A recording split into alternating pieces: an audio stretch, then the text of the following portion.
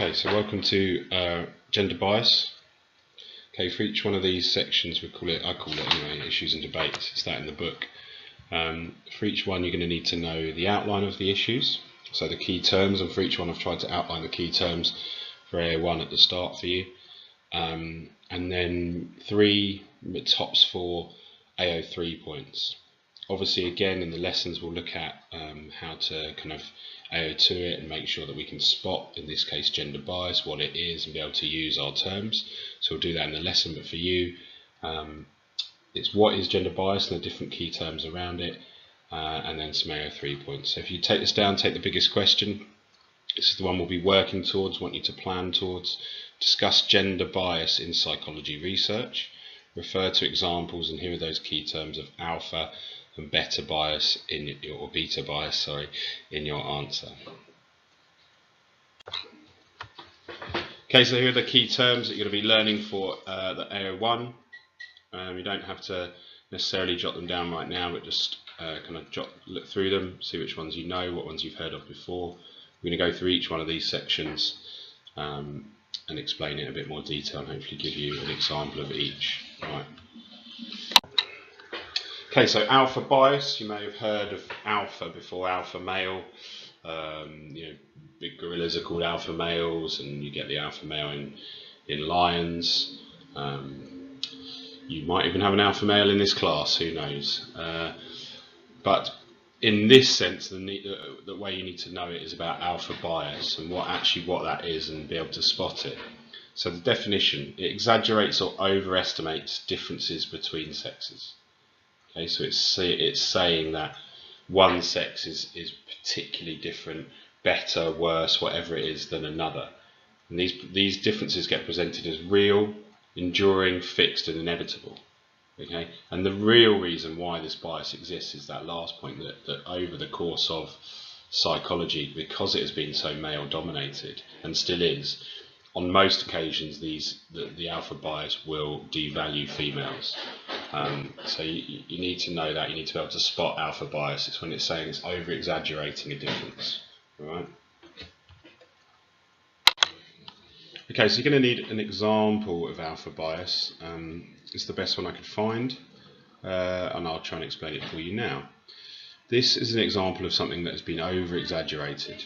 Okay, so the social biological theory of relationship formation that you will learn, okay, so states that survival efficiency says that males try to impregnate as many women as possible for genetic reasons, so as to give themselves as high a chance as possible of having offspring. So it's about trying to impregnate as many people as possible, whereas females in relationship formation, it's seen as they have to make sure that it's a healthy survival of offspring, so they're more likely to have differences in who and why they choose it, and that comes around to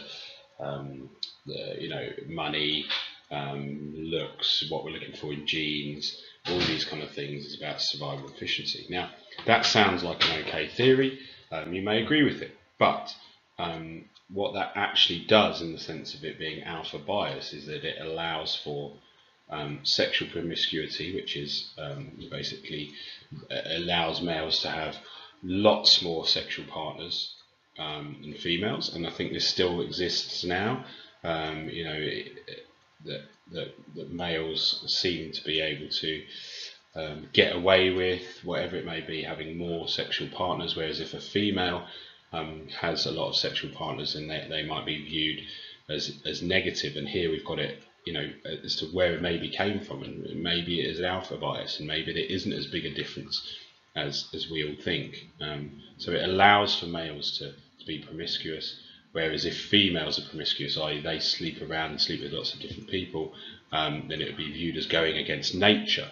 Okay, and that's a really big alpha bias. I mean, are males and females that different?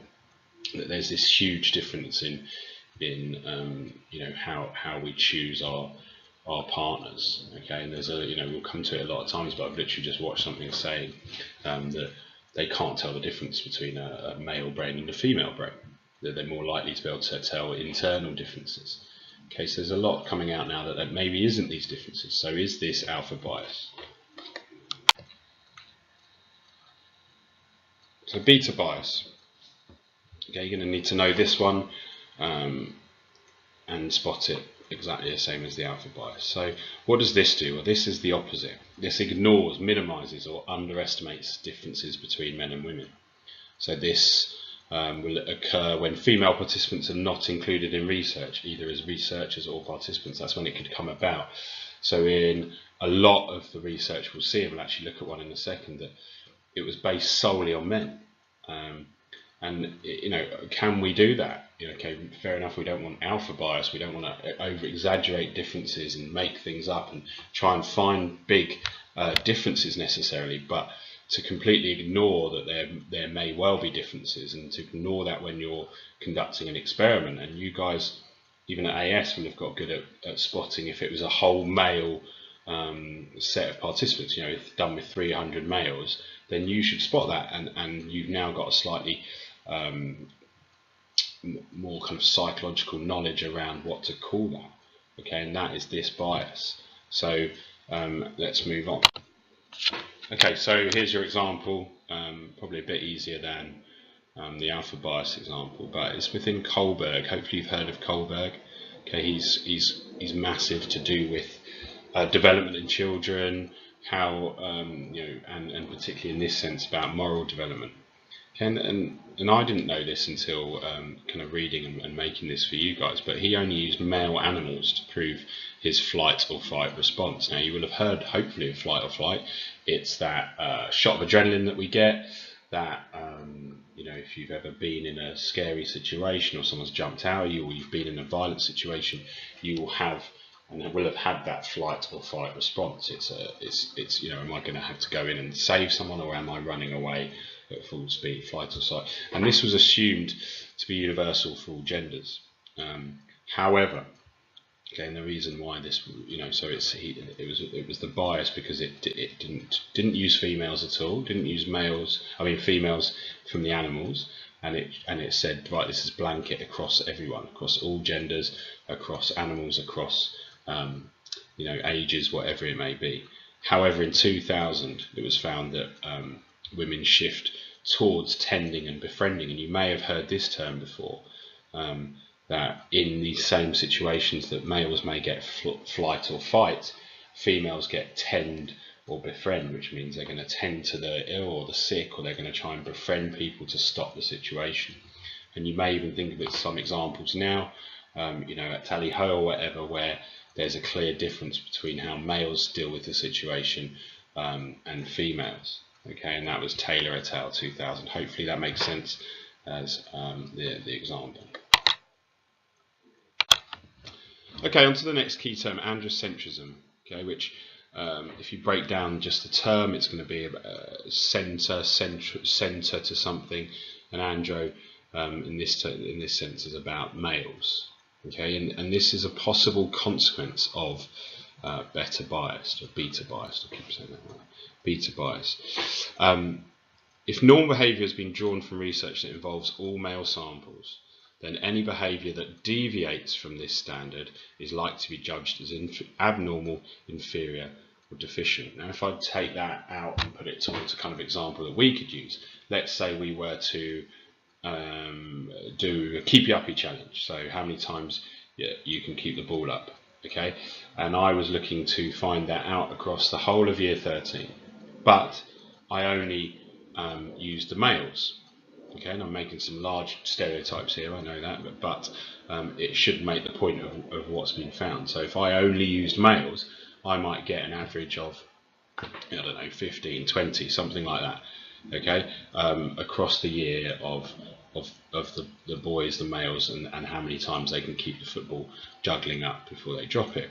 Now, if I take that as normal behaviour, and I say, oh, the spread across year 12, males and females, is between 15 and 20, let's say, then suddenly I've created an environment where anything below that is seen as abnormal.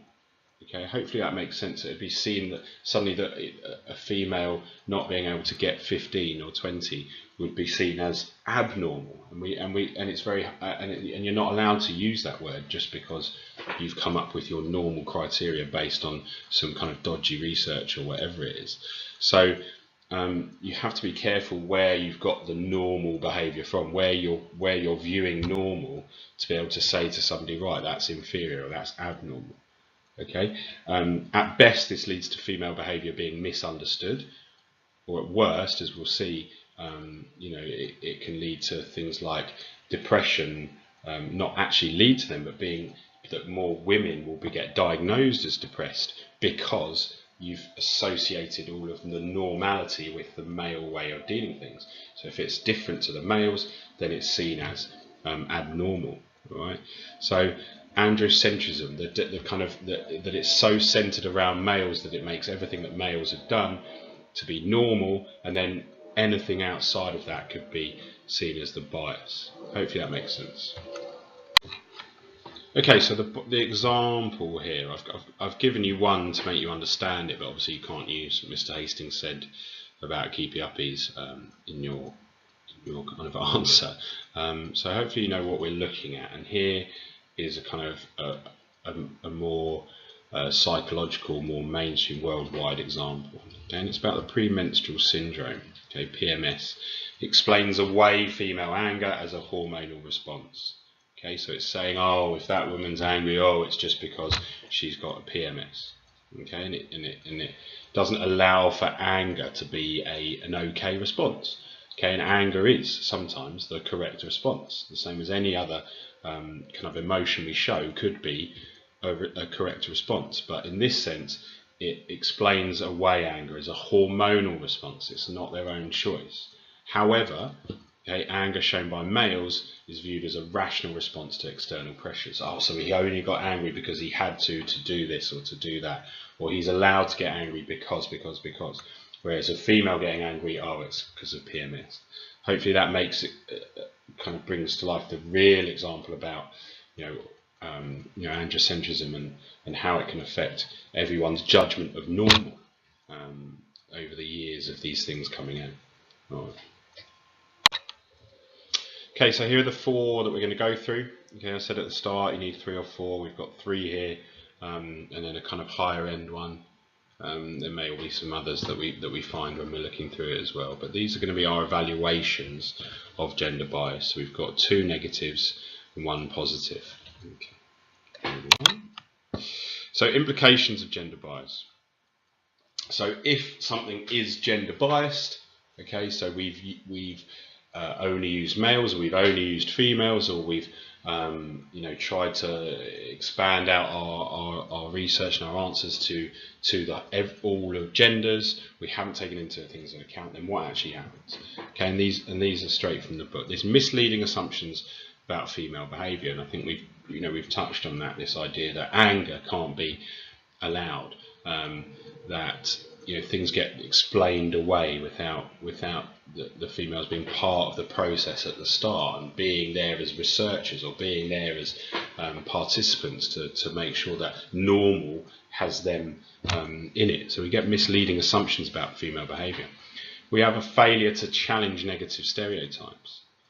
Right, so hopefully that makes sense, that we through this, again, if we just focus on anger, it hasn't allowed females to show anger. I'm just watching the Olympics, and anger there is kind of, it's viewed very differently when a male gets angry to when a female gets angry. Even at the top level of Olympics, a female being assertive. Okay, all of these things can, when you break them down, realise that they actually come from very negative stereotypes about what a male should be and what a female should be, and that's not good. Okay, and then the third one can validate discriminatory practices. So even now, I'm just thinking, even now within a workplace, any of the big firms, the big places in town, all of those things will have more males than females working.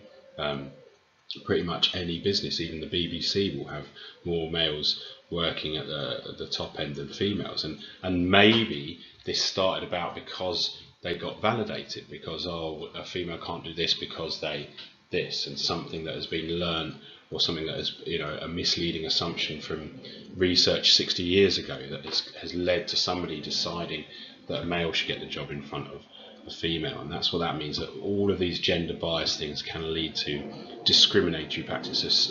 So people are discriminated against based on their gender. It can also provide a scientific justification to deny women opportunities within the workplace or wider society. It becomes normal for women to feel abnormal. Chavez, 1993. Hopefully that makes sense, right? And it's for us, for you as a next generation, to make sure that gender bias doesn't exist, that gender stereotypes are confronted and challenged and not allowed to continue, the same as racial stereotypes have been challenged and changed. Okay, this is the kind of the next big one for us. I spoke about it earlier in the PowerPoint. Females are around twice as likely to be diagnosed as depressed, or with depression, as men. Okay, and why is that? Do we really think that there's physical differences between men and women that mean that women are more likely to be diagnosed, be depressed? Or has it come about from the fact that normal has come from men, and men have decided what normal is, and therefore a female is just abnormal, and therefore they're more, they get diagnosed as depressed. They're not actually depressed more, they just get diagnosed more, right? And we might come to this in class and kind of discuss it, and I've got no problem with people playing devil's advocate if they think there is really a reason, maybe why that they're more depressed, but it may come about from gender bias in previous research. Who made up the test for depression? Most probably a load of men sat in a very male orientated institute, so they're not going to class themselves as depressed, they're going to class themselves as not doing it. A very funny one here, it just kind of pops to mind, is Freud. Now, some of you will know Freud. I was fairly interested in him when I was younger, so I've read a few of his books, and not because I believe any of it, I just found him a very interesting person.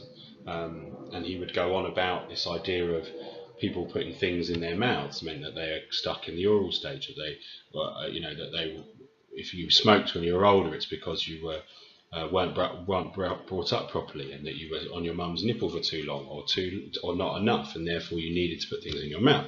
And of course, if you didn't know, but he died from throat cancer because he was forever smoking a cigar. But when he was questioned about that, he would say sometimes a cigar is just a cigar. So that shows how he can come up with this whole theory but not put himself into the kind of the participants of it, right? And that shows how maybe a male from 50 years ago can feel that they can come up with a whole theory, but they're not going to be part of it. And maybe this explains this kind of idea of women being more depressed or more diagnosed with depression. The research process. So this is maybe why. Well, it is why, you would say. There's lack of women appointed at senior research levels. So what that means is at universities there'll be senior researchers, there'll be big teams of people at Cambridge, Oxford, all of the other big unis, and every other university that has people that you don't necessarily see when you're at university. You're just you go to uni, but the uni is paid to try and research things. There's other research, cancer research, big one up north of Barnet. There's these huge big senior research areas, and what we're saying is there's a lack of women appointed to the senior research level. Well, what does that mean? Well, if there's a lack of women at those levels, then a lot of psychology comes from spotting things, okay, and from going, oh, it seems like if this is happening, let's go and explore it and see if there's something there. And if there's no women at the top, then they might, already by the time the research has come out, it's already got a gender bias because it's not a woman's input at the start. Okay, and hopefully that makes sense. Males are more likely to have their work published. That's just a fact. Awful, but there it is. Studies with gender differences more likely to be published. And now we get into a slightly more harder concept, but it's this idea of how would I explain it? If you're watching TV, you're not going to choose the channel with the pretty average thing that doesn't find much. Okay, you're going to quickly flick through, and why there's rubbish TV programs like Big Brother and those awful ones where people fight on sit them at the front and someone slept with their sister or whatever it is.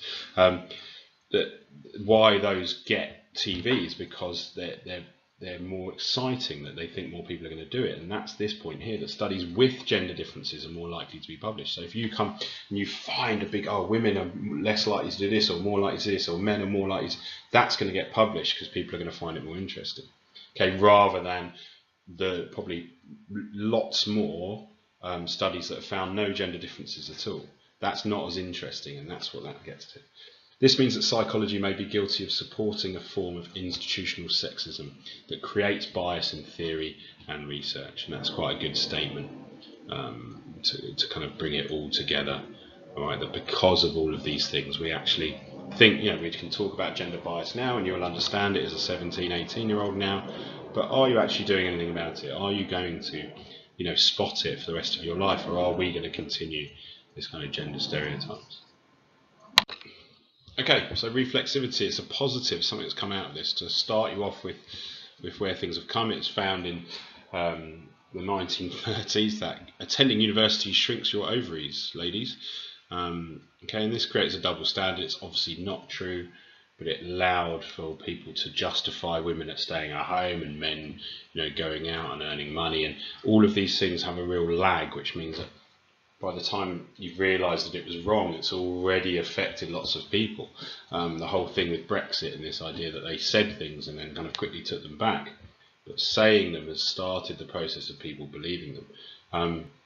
So attending uni shrinks ovaries, not true, but this created a double standard. But what reflexivity is about is a positive now, is that people are starting to recognise that gender bias exists.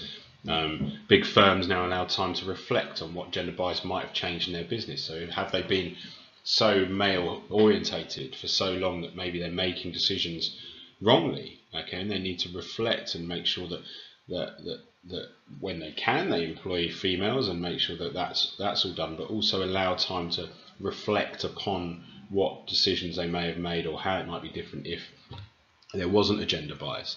Okay, and that is being reflexive, and that's what reflexivity is that the process of seeing gender bias and knowing that gender bias exists has led to people changing their behaviours.